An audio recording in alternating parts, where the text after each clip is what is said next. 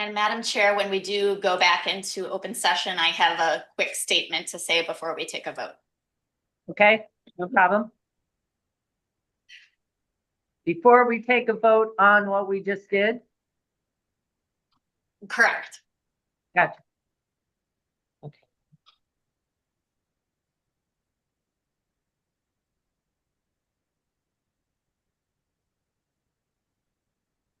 Okay, should be live streaming. All right. We have, wait a minute, I think. Yeah. He's just Oh, left. yeah. 1, 2, 3, 4, 5. Yeah, we did. All right. We reconvene as the State Board of Election and reconvene in full view. Amy, roll call, please. Ms. Bellercroft? Ms. Cray? Here. Ms. Genovese? Okay. Ms. McCrory? Here. Mr. Verrett? Here. Ms. Watson? Here. Vice Chair Turbin? Here. Chair Donahue? Here.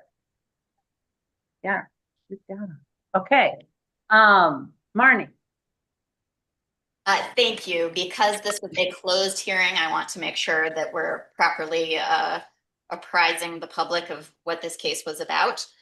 So my recommendation here is to find that in agenda item 388, Robin versus Jim Dodge for mayor et al., 25 CD 44. The hearing officer's recommendation is to find the complaint was not filed on justifiable grounds as to the alleged violations of 9-3 and 9-10 of the election code. And the general counsel suggested modification of the motion is to add a statement that Jim Dodge for mayor disclosed 3850 to Orland Park for All as a transfer out in its September 2025 quarterly report. Thank you, Marnie. Do I have a motion for what we did in closed session? So moved. Second. It's been moved and seconded. Amy, roll call, please. Ms. Bellercroft? Yes. Ms. Cray? Yes. Ms. Genovese? Yeah. Ms. McCrory? Yes. Mr. Verrett? Yes. Ms. Watson? Yes. Vice Chair Turbin? Yes. Chair Donahue? Yes. Motion passes. Well, Marnie, That concludes my reports for the morning. all right. I apologize Good for idea. waiting the entire morning. Well, we thank you for all the work that you and your staff put in to make this happen. So, and we appreciate it. Thank you. Bernadette, it's all yours. Okay, good afternoon, everyone. The first item of business that I have on my report is consideration of voting system modification request. This is a request for final approval from Liberty Vote USA regarding the Democracy Suite 5.6E. In early October, Liberty Vote purchased Dominion voting systems and acquired all certified voting systems under the Dominion umbrella. This would include the Illinois Certified Democracy Suite, which was certified in November of 2021. Liberty Vote has requested final approval of this Democracy Suite at this time, as no further modifications are intended.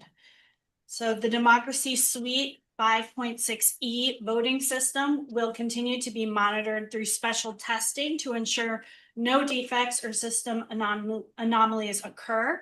And based on the system having met all testing requirements to date, and based on its performance during the interim approval period, staff recommends that the board grant the final approval to Liberty Vote.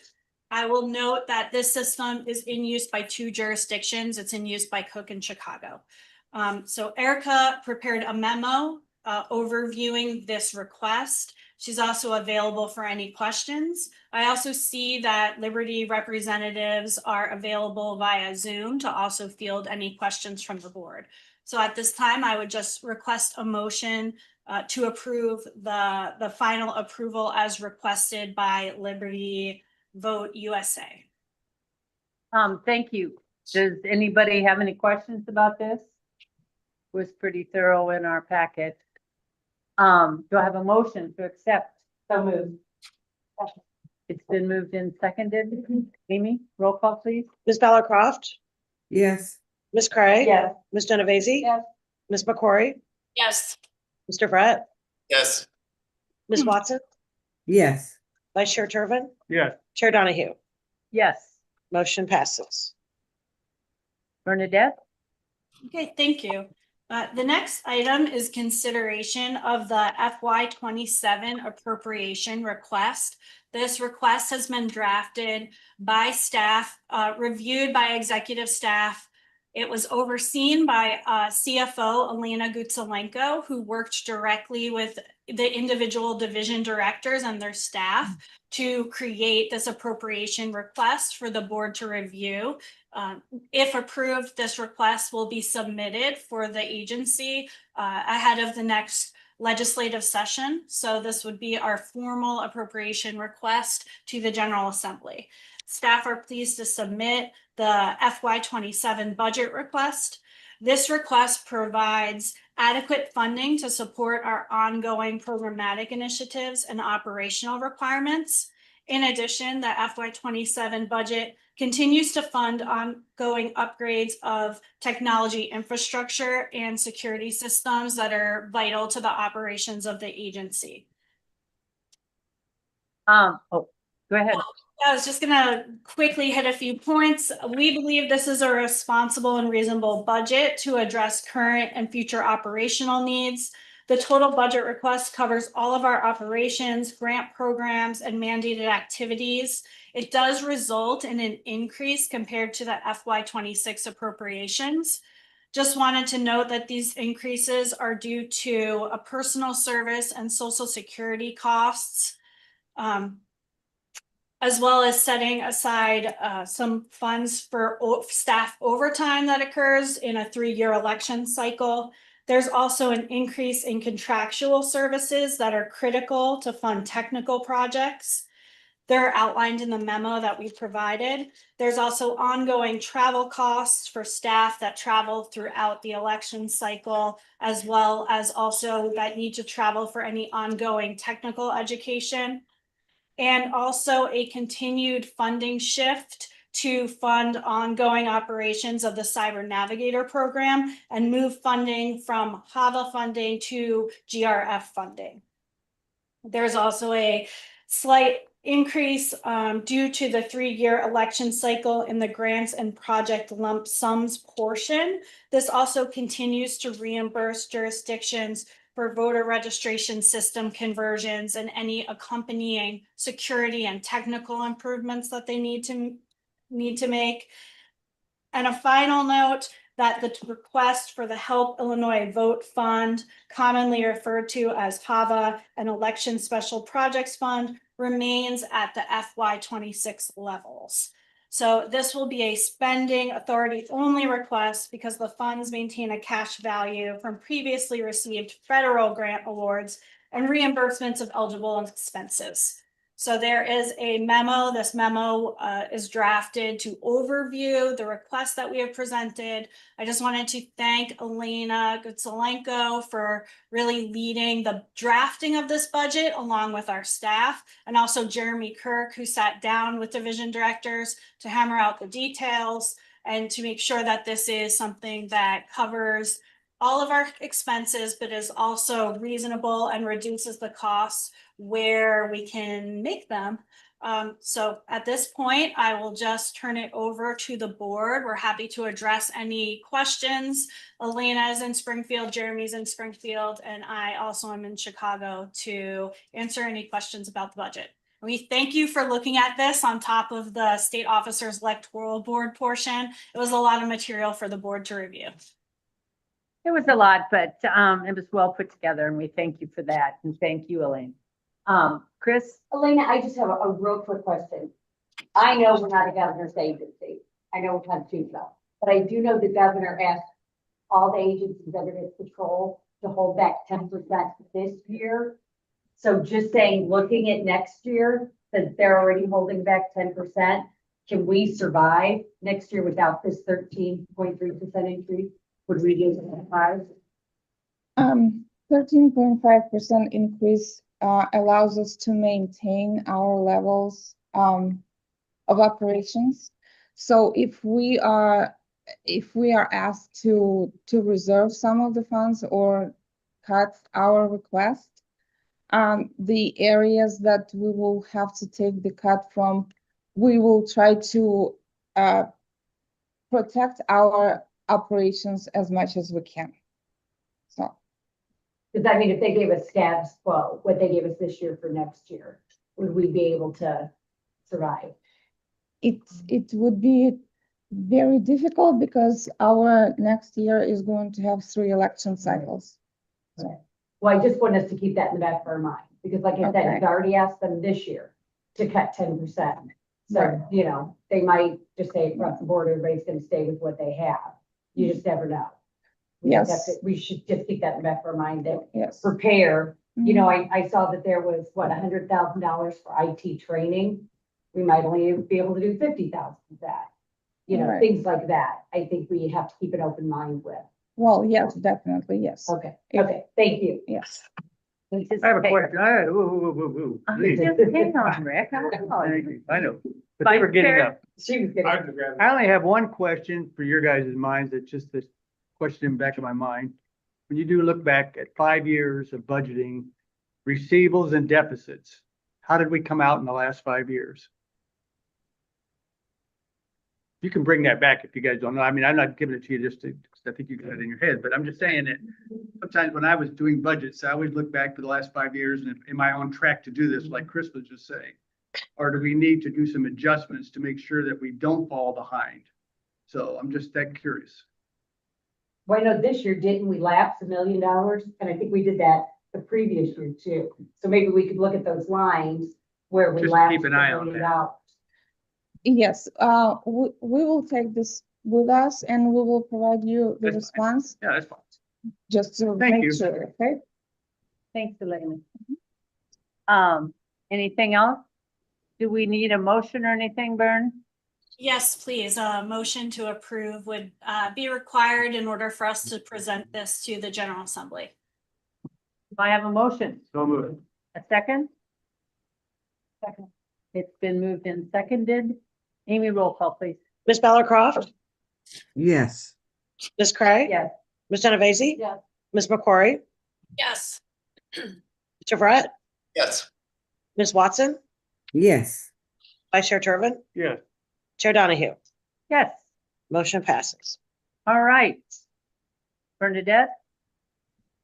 Okay, thank you. The next item, I'm just going to provide a very brief oral report related to the special judicial candidate filing that occurred.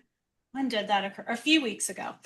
So filing was limited. There were limited vacancies. There were limited positions for the special filing period, but we did receive 9 candidate petitions that were filed. The lottery has already been conducted for the simultaneous 8 a.m. filers.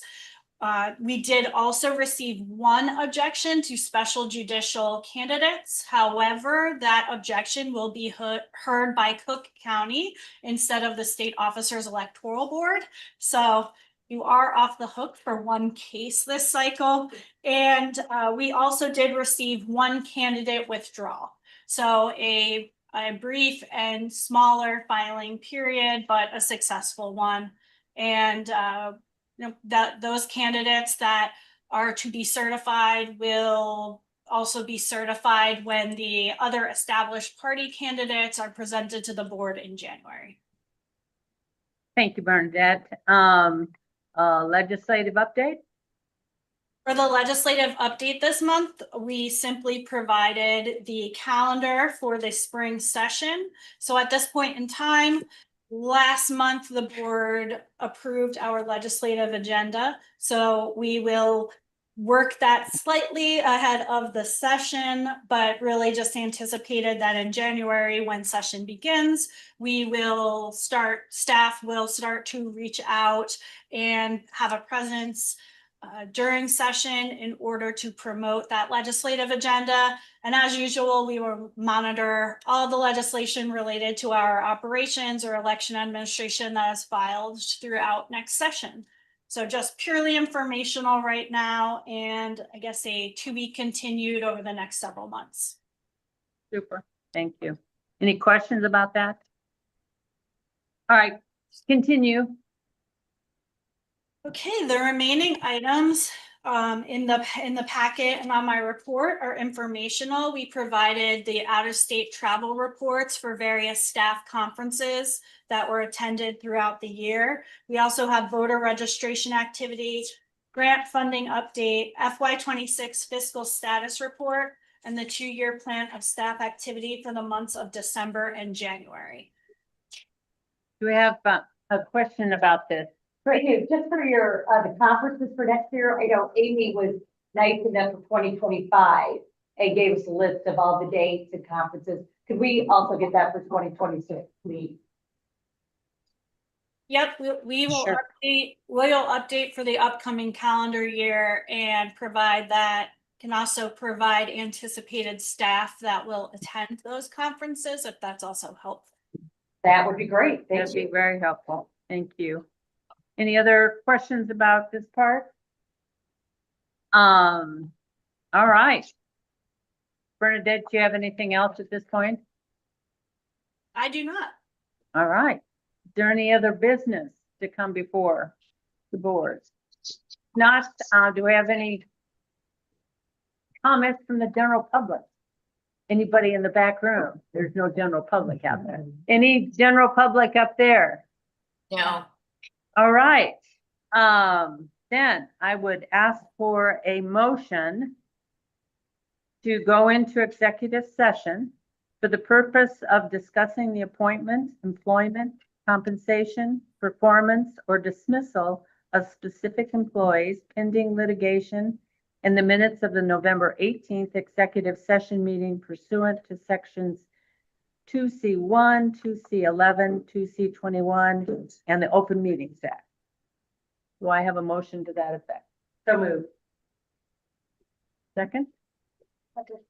It's been moved and seconded. Roll call, Amy? Ms. Bella Croft, On the motion. yes. Ms. Craig, Yes. Ms. Genovese, Yes. Ms. McCrory, Yes. Mr. Brett, Yes. Ms. Watson, Yes. Vice Chair Turbin, Yes. Chair Donahue. Yes. Motion passes, and I'll need a moment